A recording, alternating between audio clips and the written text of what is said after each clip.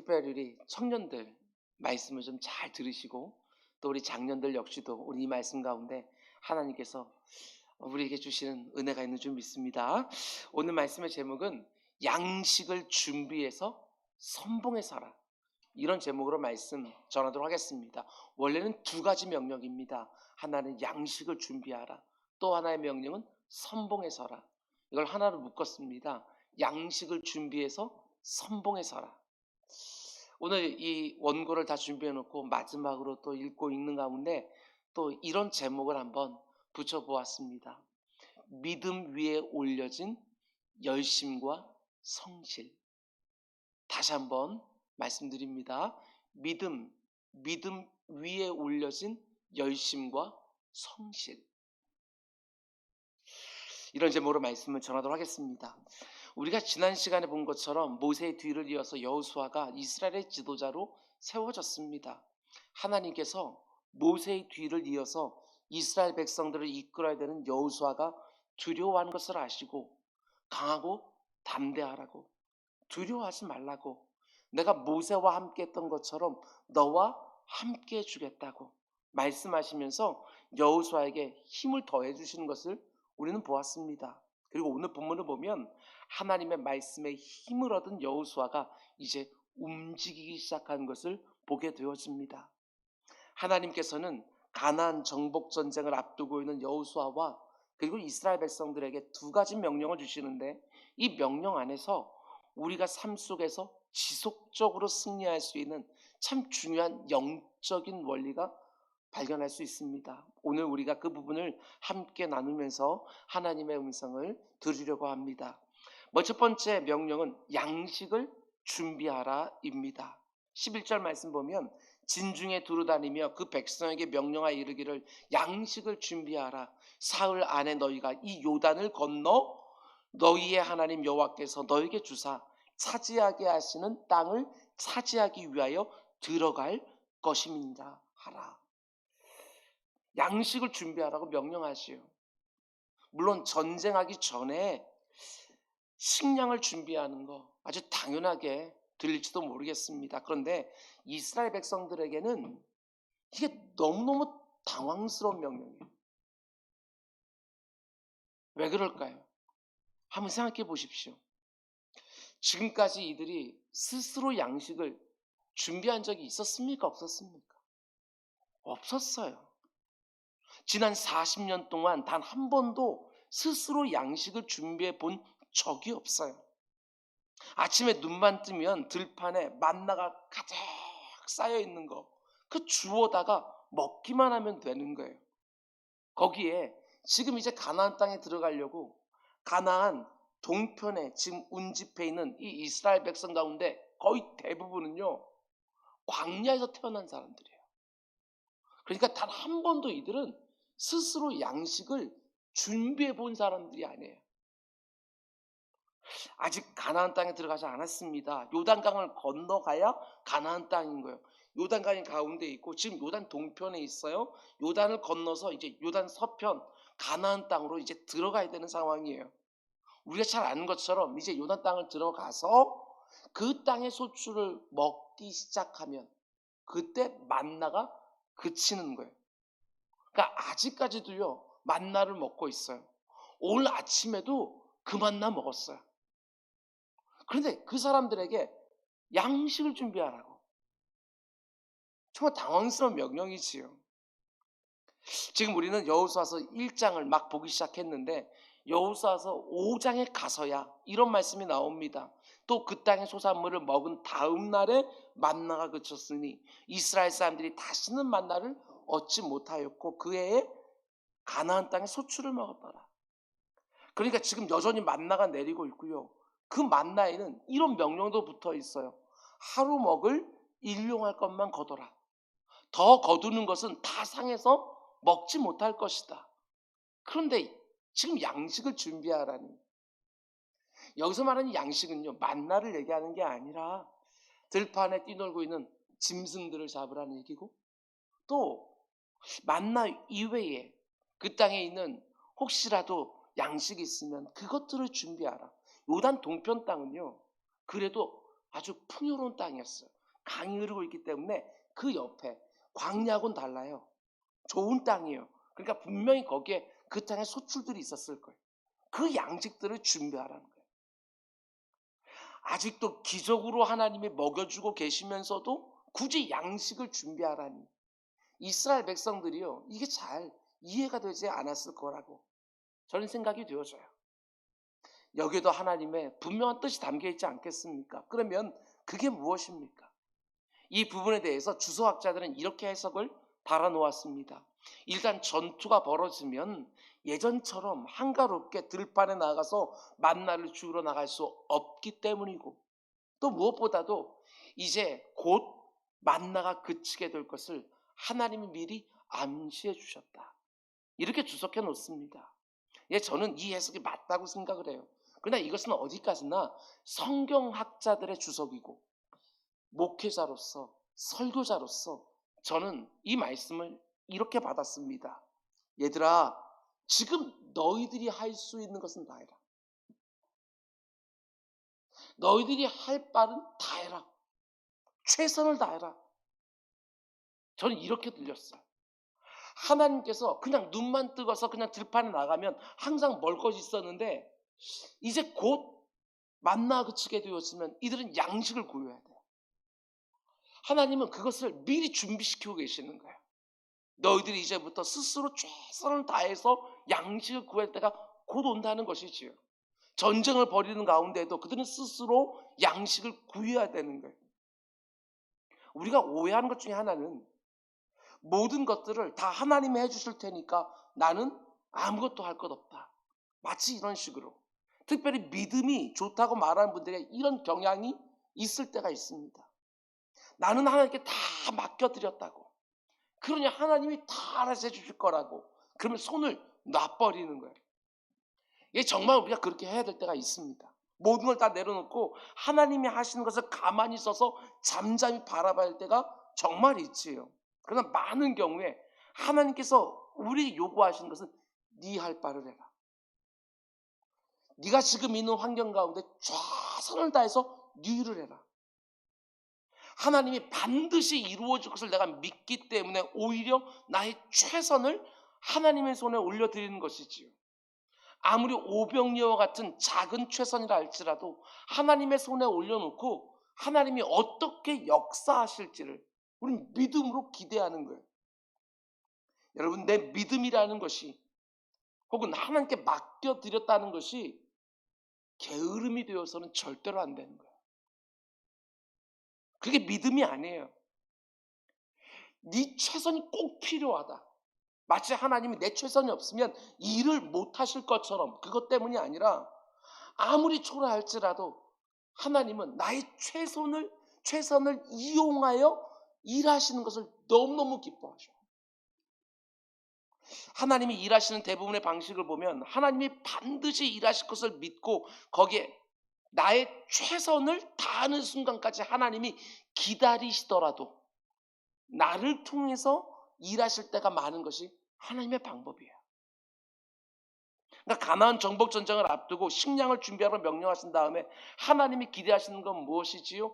열심히 내가 구할 수 있는 식량을 구하는 거. 하나님 그걸 기대하는 거예요. 너희 수고를 다해라. 너희 할 바를 다 하는 모습을 내게 보이라. 이런 말이지요. 하나님이 주시겠다고 하는 땅이기 때문에 분명히 주실 거예요.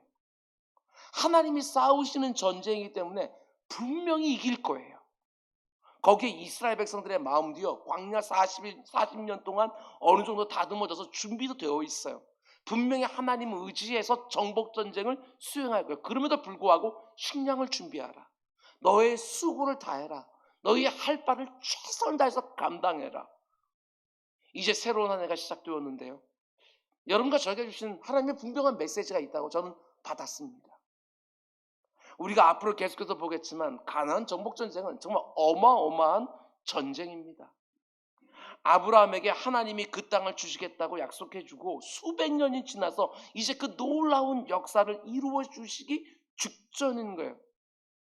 이제 곧 그들은 사흘 뒤면 정말 눈으로 믿지 못할 요단 강물이 멈춰서는 걸 보게 될 거예요. 홍해가 갈라지는 것을 본 사람들은 다 죽었어요. 이제 요단강이 갈라지는 어마어마한 일을 앞두고 있고요. 단 한 번도 함락되어 보지 못한 그 여리고성이요. 아무것도 안 했는데 그냥 돌기만 했는데 무너진 것도 보게 될 거예요. 거기에다가 가나안 민족들과 싸우다가 태양이 멈추는 것, 달이 멈추는 것도 그런 경험하게 될 거예요. 엄청난 하나님의 역사를 지금 이들은 목전에 두고 있어요.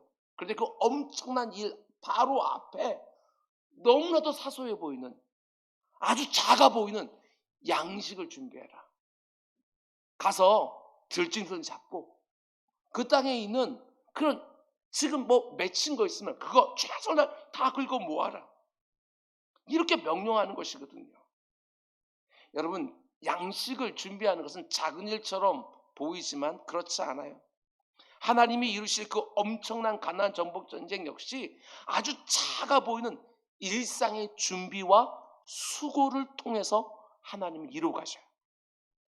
지고한 것, 높고 큰 것도 중요하지만 작고 사소해 보이는 하나님이 여러분과 저에게 준 그 일상을 통해서 하나님은 높고 크신 자신의 역사를 이루어 가시는 거예요. 오늘 본문을 보세요. 만나의 기적을 40년 동안이나 그들은 경험을 했어요. 매일 아침 들에 나가보면 먹을 것이 천지예요. 얼마든지 하늘에서 또 만나가 내리겠지, 이렇게 생각할 수 있었을 거예요. 식량을 준비하라는 명령이 그들에게는 아주 대단한 명령처럼 보이지 않았을 거예요. 근데 하나님은 어떻게 하십니까? 이렇게 사소해 보이는 명령을 통하여 그들을 준비시키고 계시는 거예요. 번거롭고 수고해야 되는 작은 일을 명령하며 그들의 마음을 준비시키는 거예요. 오늘 여러분과 저에게도 명령하셔요. 아무개야, 식량을 준비해라. 너의 최선을 다하고 네가 할 수 있는 모든 할 바를 다해라. 그러면 내가 너의 수고와 최선을 사용하여 크고 놀라운 일을 이루어 주리라. 아주 작아 보이는 일이라고 해도요, 힘을 다해서 하나님이 내게 명령하시는 작은 일을 감당하는 것이지요. 내게 맡겨진 일상의 소소해 보이는 일들도 최선을 다해서 감당하는 거예요. 이게 바로 하나님의 방식이라는 것입니다. 아무리 사소해 보여도요, 하나님이 나를 보내신 자리에서 내게 맡겨주신 일들의 최선을 다한 것을 통해서요, 하나님은 자신의 크고 놀라운 일들을 계속해서 이루어가고 계시는 거예요. 요셉의 경우를 잘 보십시오. 여러분들이 알고 있는 요셉에 대한 지식을 다 동원해서 말씀을 들으십시오. 우리 청년들도 요셉 이야기 잘 알 테니까 잘 들으시기 바랍니다. 하나님은요, 요셉에게 꿈을 주셨어요. 우리가 소위 말하는 비전이라는 걸 주셨지요. 어떤 꿈을 주셨습니까? 형들의 곡식단이 자기 곡식단 와서 다 절을 해요. 뿐만 아니라 또 꿈을 꿨는데 해달별이 자기의 별에 와서 또 절을 해요. 요셉은 그 꿈이 어떤 의미인지 몰랐어요. 그래서 자기 아버지에게 얘기를 하거든요. 야곱에게. 그랬더니 그 야곱이요, 그 꿈을 두고 이것이 이상하다, 아니면 이 가운데 속에 하나님의 어떤 뜻이 담겨 있는 걸로 알고요, 그것을 마음에 두었다. 창세기는 그렇게 말하거든요. 요셉은 그 꿈이 어떤 의미인지는 모르지만 그는 항상 그 꿈을 가지고 있었어요. 잊지 않고. 거기에다가 하나님은요, 요셉과 언제나 동행해 주셨어요. 창세기 39장 말씀 보면 요셉이 나오는 장면마다 그 끝에 이런 말씀이 계속해서 함께 나와요. 여호와께서 요셉과 함께 하심으로, 그와 함께 하심을 보고 함께 하심으로 그가 범사에 형통하여, 이런 말들이 계속해서 하나님께서 요셉과 함께 하셨다는 것을 성경이 거듭거듭 강조해서 보여주거든요. 생각해 보십시오. 하나님이 주신 꿈이니까 그 꿈은 반드시 이루어질 거예요. 너희 안에 착한 일을 시작하신 이가 그리스도 예수의 날에 반드시 이루실 것을 내가 확신합니다. 말하는 것처럼 하나님이 주신 꿈이니까 하나님 반드시 그 꿈을 이루어 주실 거예요. 뿐만 아니라 하나님이 늘 함께 동행해 주는 사람이니까 분명히 요셉은요, 순간순간 하나님의 인도하심을 받게 될 거예요. 분명하지요. 그런데 요셉이 어떻게 살아요? 아무것도 안 한 게 아니에요. 하나님이 주신 꿈이니까 반드시 이루어질 것이고 하나님이 함께하고 계시니까 하나님이 인도하심 받을 건데 요셉이 아무것도 안 한 게 아니에요. 하나님의 하실 일만 바라보면 손 놓고 있었던 게 아니라고요. 게으르지 않았어요. 자기가 처하는 상황 속에 정말 최선을 다해 살아가요. 자기가 원하지도 않았고요. 전혀 예상도 하지 못한 상황으로 계속해서 그는 끌려가요. 그럼에도 불구하고 너무나 성실하게 자기에게 주어져 있는 일상을 살아가요. 애굽의 군대 장관이었던 보디발의 집에 종으로 팔려갔을 때 자기에게 맡겨진 일에 최선을 다해요. 자기 할 바를 해요. 억울한 누명을 쓰고 감옥에 갇혀 있을 때도 자기에게 맡겨진 일을 성실하게 감당하는 거예요. 이게 쉬운 일입니까? 절대 그렇지 않아요. 다른 사람들도 아니고요. 자기 형들에 의하여 노예로 팔려왔어요. 그것도 형들이 자기를 죽이려고 했다가 아버지 야곱의 사랑을 독차지하다가 그런 요셉이요 한순간에 모든 걸 다 잃어버린 거예요. 그런데도 그 낯선 땅에서 그 낯선 사람들 사이에서 좌절하지 아니하고 포기하지 아니하고 자기에게 맡겨진 일들이요 최선을 다하는 거 결코 쉬운 일이 아니에요. 인생을 비관할 수도 있어요. 자포자기하면서 모든 것 다 던질 수도 있어요. 그런데도 보디발의 집에서 정말 열심히 성실하게 일해요. 그렇게 맡은 일에 최선을 다하는 중에 또한 보디발의 신임을 얻었죠. 하나님이 함께 하시면 형통케 하시니까 그 손으로 하는 일마다 형통케 하시니까 보디발의 신임을 받아서 자리도 잘 잡았어요.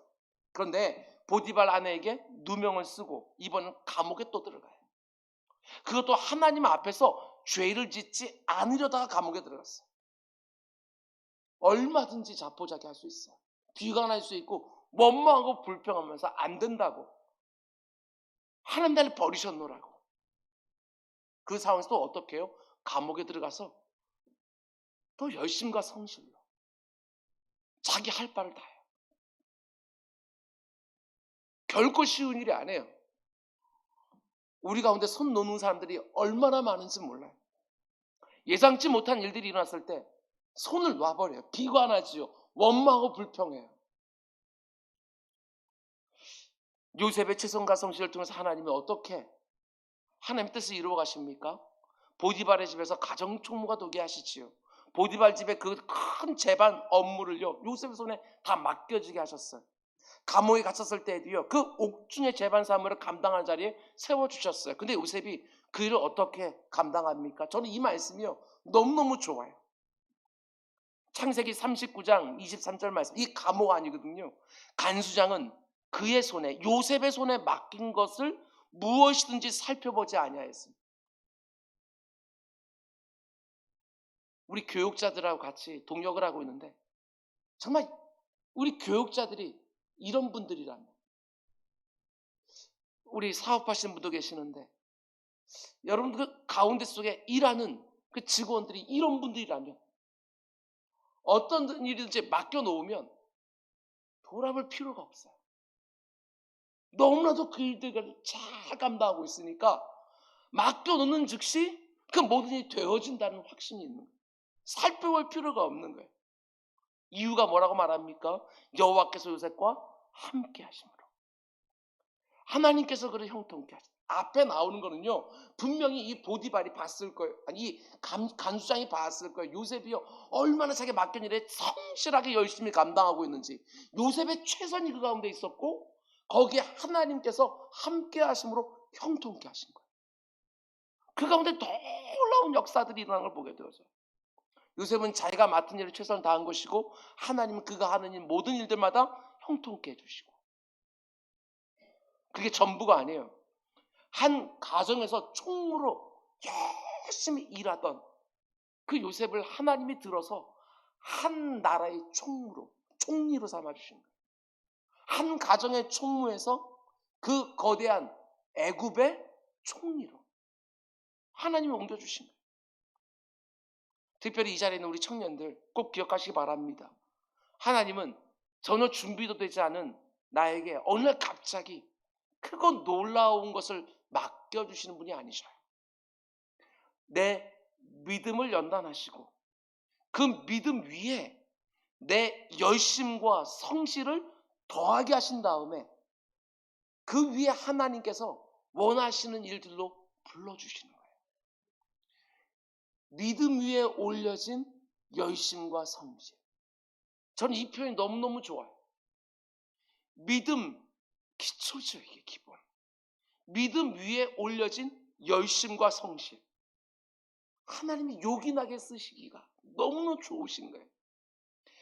그 위에다가 내게 원하시는 일들을 올려놓는 것이지요.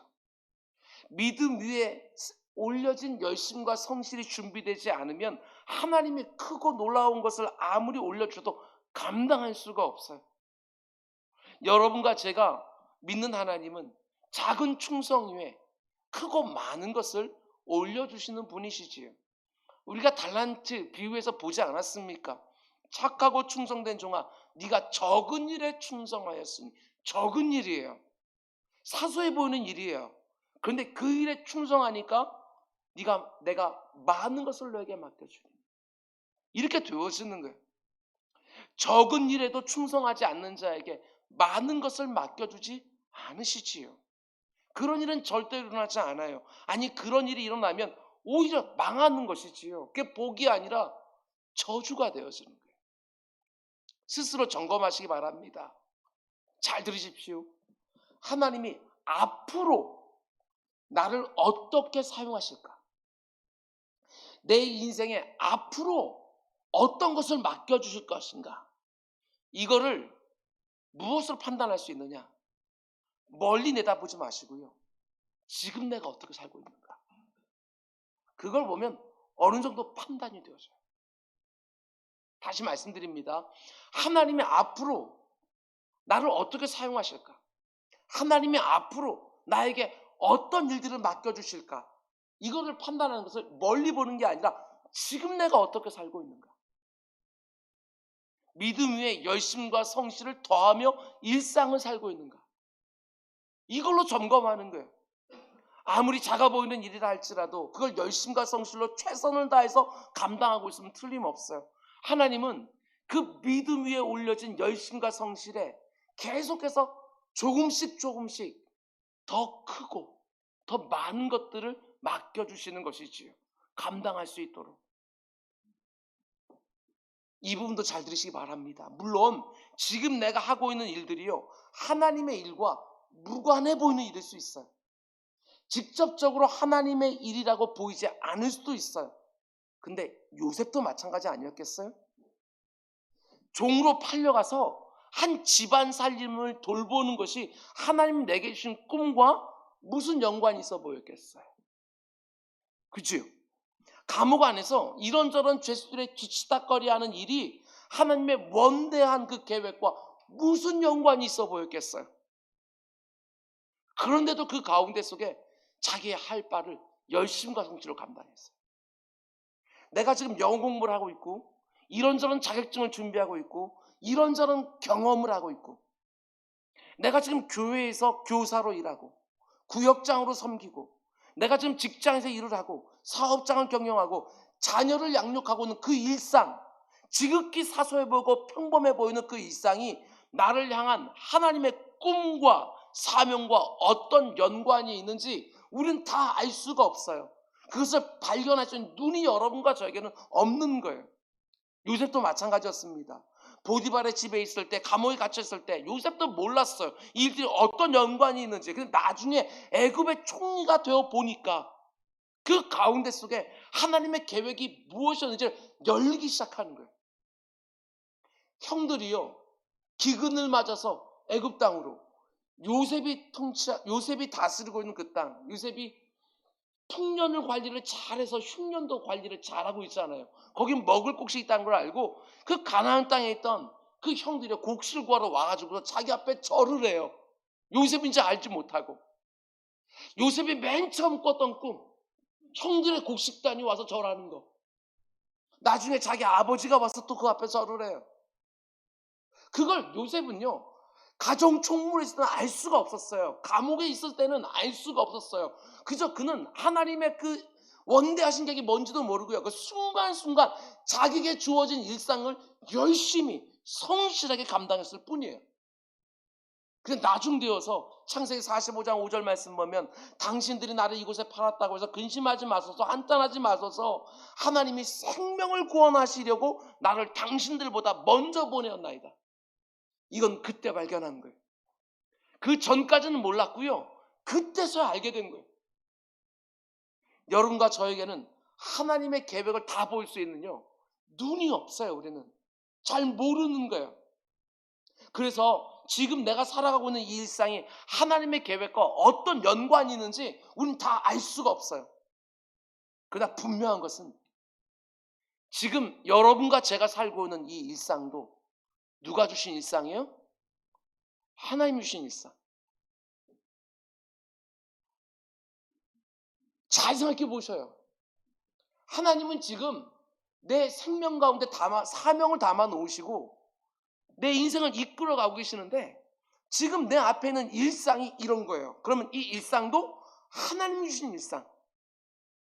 불필요한 일상이었다면 하나님 주시지 않았을 거예요. 하나님이 내 인생 가운데 가지고 계시는 모든 계획들을 이루어가는 데 있어서 꼭 필요한 것이었기 때문에 하나님이 지금 이런 일상을 주시는 거예요. 그러면 지금 내가 일상에서 하고 있는 그 모든 일들은 하나님의 일이지요. 지금 내가 하고 있는 지극히 평범해 보고 적은 일, 사소해 보이는 그 일도요, 하나님의 일이에요. 하나님이 내 인생을 통하여 이루실 일들이 있기 때문에 그것을 주었으니까, 그것도 하나님의 일을 감당하는 것이니까, 아무리 이것이 하나님이 내 인생 가운데 이루실 일과 연관이 없어 보인다 할지라도 이게 하나님의 일이니까 우리는 최선을 다하는 거예요. 열심과 성실로 그 일을 감당하는 거예요. 그게 직장 생활이든, 그게 학업이든, 아니면 그것이 자기 개발이든, 아니면 자녀를 양육하고 배우자를 세우는 일이든, 교회 안에서 어떤 사역을 하든 그것들이 어떻게 하나님 손에서 쓰임받을지 우리는 모르는 것이고, 근데 한 가지 분명한 것은 이것도 하나님이 내게 주신 일들이고 하나님의 일이고, 그럼 충성된 쪽으로 그 일을 감당하는 거예요. 하나님은 그런 일상들을 사용해서 하나님의 꿈을 지금도 이루어가고 있는 거예요. 그러면 때가 되었을 때 틀림없어요. 여러분과 저는 요셉처럼 분명히 보게 될 거예요. 아, 여기 하나님의 내 인생을 향한 뜻이 있었구나. 바로 이 일을 위해서 나를 지금까지 준비해 오셨구나. 저도 마찬가지고 지금 이 자리에는 청도 마찬가지고 여러분의 자녀들도 마찬가지일 거예요. 나는 뭐가 내 사명인지 모르겠다고. 하나님이 어떤 계획을 내 삶에 갖고 있는지 모르겠다고. 나는 그렇게 하고 싶은 일도 없고. 근데 중요한 게 뭔지 아셔요? 지금 나의 일상에서 최선을 다하는 거예요. 그게 하나님 앞에서 하나님이 가지고 계신 내 인생을 향한 그 계획을 이루어가고 있는 과정입니까? 그것을 최선을 다 감당하는 거예요. 여러분의 그 어린 자녀들에게도 꼭 말씀해 주셔요. 네 인생 가운데 담겨져 있는 하나님의 그 계획이 뭔지를 모른다 할지라도 그 일상도 하나님이 주신 일상이라고. 그 일에 최선을 다 감당하라고. 그 뭐 언제가 되어보면 그 모든 걸 다 사용하셔서 하나님은 자신의 뜻을 이루신다고. 이걸 꼭 해주셔요. 이런 점도 잘 보시기 바랍니다. 오늘 저녁에 여러분들 오늘 말씀을 받고 있잖아요. 그럼 이 말씀 하나하나도 그냥 하나님께서 말씀을 주시는 것이 아니라 하나님을 그 말씀 나를 빚으셔서 그 말씀을 통해서 하나님이 원하시는 일들을 또 이루어가고 계시거든요. 그럼 지금 오늘 저녁에 받은 이 말씀도요, 나에게 불필요한 말씀이 아니라 내가 꼭 들어야 되는 말씀으로. 그래서 하나님이 나를 이곳에 인도해 주신 거잖아요. 그렇다고 한다면 오늘 이 말씀 들으셨어요? 그러면 이 말씀을 듣고 지나치지 마시고 이 말씀을 내 일상에 아주 작은 부분이라도요 적용하셔요. 오늘 이 말씀을 내 일상에 구체적으로 적용하는 거예요. 좀 이따 기도하실 때 오늘 그 말씀 들은 거 오늘 일상에서 네 할 바를 해라. 그 일상도 하나님의 일이다. 그 열심과 성실을 그 위에 얹어라. 이런 말씀 들었으면 내가 지금 삶 가운데 속에서 내 일상 가운데 아주 작게 여기고 그냥 별 대수롭지 않은 것처럼 지나가고 있는 일들이 뭐 있는지 이걸 한번 보시라고요.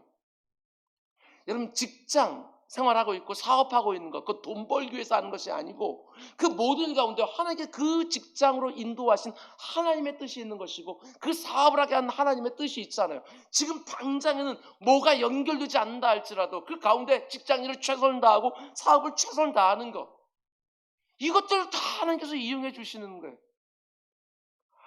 그 말씀들이 내 일상 가운데 하나하나 이루어지면서 오늘 받은 말씀도 내 일상 가운데 아주 작은 부분에 적용되어서 이루어지는 가운데 속에 하나님이 내 인생 가운데 가지고 그 원대한 계획이 또 그만큼 또 이루어져 가는 거예요. 오늘 예배를 드리면서 하나님이 어떤 은혜를 주십니까? 그러면 그 은혜를 가지고 내가 어떻게 살아야 되는지 치열하게 묵상하셔야 되는 거예요. 아무리 사소해 보이는 일이라 할지라도요, 하나하나 적용해 가면서 힘과 의지를 달라고 기도하면서 그 작은 일 하나를요 내 삶 가운데 속에 또 이루어지는 거예요. 그럼 하나님 그걸 또 사용하시는 거예요. 하나님은 오늘 정복전쟁을 앞두고 있는 이스라엘 백성들에게 양식을 준비하라 명령하십니다. 요즘 내가 힘을 다해서 준비할 양식이 무엇입니까? 저마다 다 다를 거예요. 그런데 내 일상 가운데 답이 있어요. 내 일상에 답이 있어요. 내 꿈이 그 안에, 하나님의 계획이 그 안에 답이 있어요. 아직까지 잘 모르신다고 해서 게으른 것이 아니고 거기서 나태한 것이 아니라 최선과 성실로 감당해. 하나님 나를 보내신 곳에서 하나님 지금 내게 맡겨주신 일들이 바로 하나님의 일인 줄 알고 충성되게 감당하는 우리 모두가 될 수 있기를 주님을 축원드립니다. 그럼 이제 두 번째 명령을 짧게 봅니다. 오늘 본문을 보면 잘 보세요. 이스라엘 지도를, 강이 있고요, 요단강이 있고요. 지금 요단 동편에 지금 다 진을 치고 있어요. 그리고 요단 서편으로 지금 건너가야 돼요. 그런데 요단 동편에 미리 땅을 분배받은 두 개의 지파하고 절반의 지파가 있거든요. 그 지파들을 보면 오늘 보면 나오지만 르벤 지파, 갓 지파, 그다음에 므낫세 반 지파이겠는데 이게 참 헷갈리는 거예요. 므낫세 지파 중에 절반 이렇게 보면 되는 거거든요. 본문 12절과 14절 말씀 우리 함께 읽겠습니다. 12절과 14절 시작. 여호수아가 또 르벤 지파와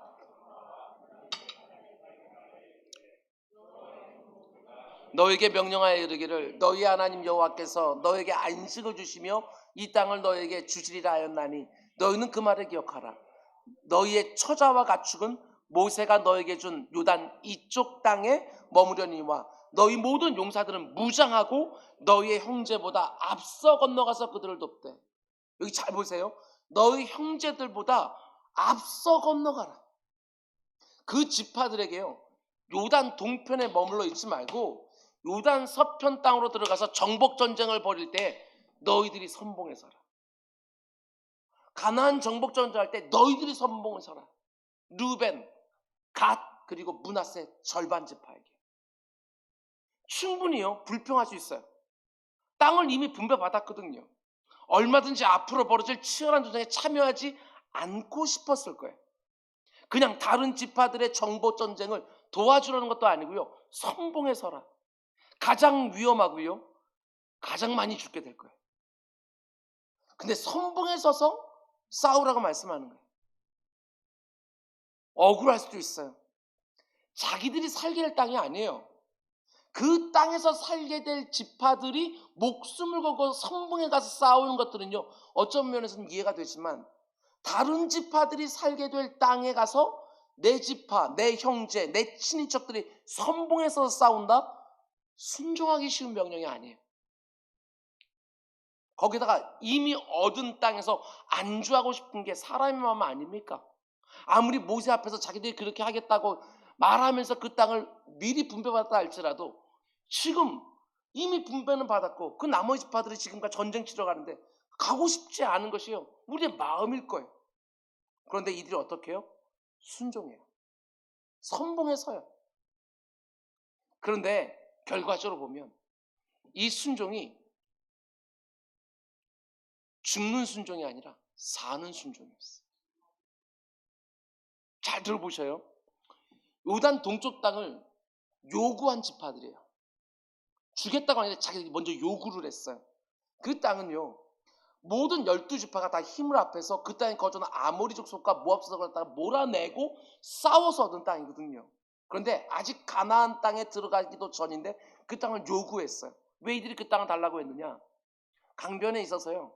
그 땅이 굉장히 비옥한 땅이었어요. 40년 동안 광야에서 그런 땅을 본 적이 없어요. 이 지파들은 그 땅이 탐이 났던 것이죠. 그래서 먼저 그 땅 달라고 요구를 했어요. 물론 그들의 요구에 하나님이 허락해 주긴 했지만 분명한 것은 이스라엘 전체를 생각하지 않은 행동이지요. 다분히 이기적인 행동이었고 다른 지파들의 사기를 저하시킬 수 있는 그런 모습이에요. 그렇다고 하나님께서 그들이 괘씸해서 너희들이 좋은 땅을 먼저 차지했으니까 그만큼 희생해야 되지 않겠냐. 그런 의미에서 선봉해서라고 말씀한 게 절대로 안 해요.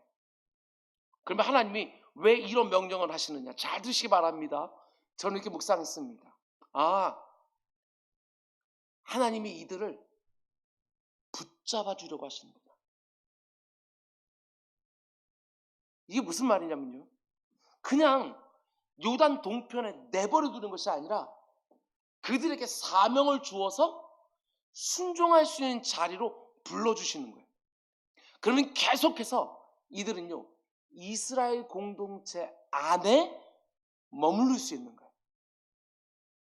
전쟁의 선봉에 서라고 명령하시면서 그들 면도 세워주고, 이기적인 모습이 아니라 그들 면도 세워주고 다른 지파들의 사기도 세워주는 거예요. 그들이 선봉에 서는 모습을 보면서. 그러니까 그 선봉에 서라고 하는 그 명령은 죽으라고 하는 명령이 아니라 그들을 살리려고 하는 명령인 거예요. 물론 순종하기 어려운 명령이었지만 그게 바로 그들이요 이스라엘 그 언약 공동체에 계속해서 머무를 수 있는 그런 명령이었어요. 나중에 보게 되었으면 이들은요 요단 동편에 있으니까 이쪽은 블레셋이 있고 뭐 이렇지만 바다가 있고요. 이쪽에서 많은 이민족들이 침략해 오는데 이들은요 그 맨 앞에서 요단 동편에 있었기 때문에 전쟁 침략받을 때 제일 먼저 침략받아요. 그들은 이기적으로 뭔가 선택을 했지만 제일 먼저 침략받기도 하고요. 또 그 가운데 속에 또 나머지 지파들을 지켜주는 보호막도 됐어요. 여러분과 저도 마찬가지입니다. 당장은 이해가 되지 않지만 하나님이 어떤 주시는 그 명령에 순종했을 때 분명히 우리는 깨닫게 되는 것이 있어요. 하나님이 나를 확 붙들어 주려고 하는구나. 이걸 깨닫게 되어져요. 이게 뭔지 좀 아셔요? 하나님이 나에게 주시는 모든 명령들은 나를 힘들게 하려고 하는 것이 아니라 때로는 내게 순종하기 너무나도 어려운 명령을 주셔서 그 명령을 감당하기 위해 순종하기 위해 시름시름하게 만들어줘요. 그러면서 하나님께 더 달라붙게 하는 거예요. 가만 보게 되었으면 우리가 하나님의 그 명령에 순종하지 않을 때 우리는 하나님께 멀어졌어요.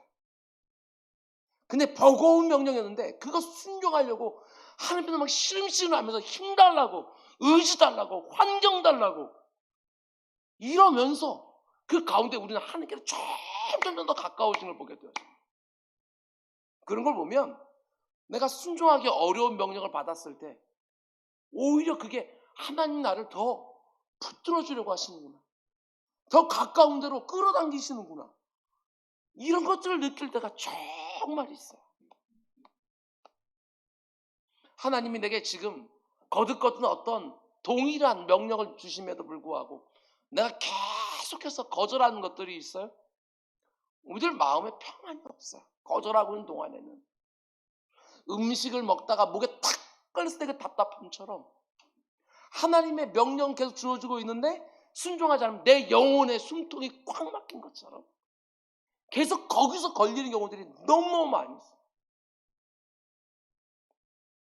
순종하겠다고 여러분 결심하시기 바랍니다. 저마다 그게 다른 명령일 거예요. 그러면 인의 평강이 찾아와요. 마음 가운데 속에. 그리고 하나님은 그렇게 순종할 때마다 계속해서 예비된 은혜들을 나에게 더해 주시는 거예요. 하나님은 오늘 우리에게도 이 두 가지 명령을 주십니다. 얘들아, 양식 준비해라. 하나님 나를 앞으로 어떻게 사용하실지 우리는 잘 모를 수 있습니다. 아직까지 내 인생을 향한 하나님의 비전이 무엇인지 발견하지 못했을 수도 있습니다. 그러나 하나님이 앞으로 나를 사용하실 일은 반드시 지금 내가 살아가고 있는 일상과 관련이 있습니다. 하나님이 지금 나를 보내신 자리에서 하나님 내게 맡겨진 일들을 열심과 성실로 최선을 다해서 감당하는 것은 지금 내가 하나님의 일에 충성하고 있는 거예요. 하나님의 때가 될 때 우리는 분명히 깨닫게 될 것입니다. 하나님이 이 일을 시키려고 나를 이렇게 인도해 오셨구나 하고 발견하는 때가 분명히 있게 될 것입니다. 요셉 역시 하나님이 자신을 왜 이렇게 인도하는지 몰랐지만 그가 직면한 일상을요, 아무런 것도 관련이 없어 보이는, 하나님에게 보여준 꿈과 아무런 관련 없는 그 일상을 정말 성실로 열심히 살았어요. 그리고 그 일들은요, 아무런 무관했던 것들이 아니라 하나님의 친밀하신 섭리 가운데 속에 다 필요해서 내게 다 붙여줬던 일들이지요. 또 한 가지 명령, 선봉에 서라고 말씀하십니다. 여러분, 내가 보기에는 필경 죽는 것처럼 보여도 하나님 말씀하시면 순종하시기 바랍니다. 그 자리가 바로 내 영혼이 사는 자리입니다. 나에게 버거운 명령일수록 하나님은 그 순종에 걸맞는 은혜를 주실 것입니다. 내가 순종하려고 싸우면 나를 더 가까운 자리로 이끌어 주실 것입니다. 나에게 그 어떤 명령도 하지 아니하시고 내버려 두는 게 좋은 게 절대로 아닌 거예요. 하나님을 섬기고 지체들을 섬기고 이웃들을 섬기는 일에는 여러분 선봉에 서십시오. 하나님의 역사를 가장 가까운 데서 경험하게 될 것입니다. 하나님이 내게 주신 일상을 열심과 성실로 충성을 감당하고 하나님이 원하시는 일마다 선봉에 서서 하나님의 특별한 역사를 가장 가까운 데서 보게 되어지는 영광이 우리 모두에게 있게 되기를 주님의 이름으로 축원해 드립니다. 우리 함께 찬양하겠습니다. 우리 이 찬양으로 함께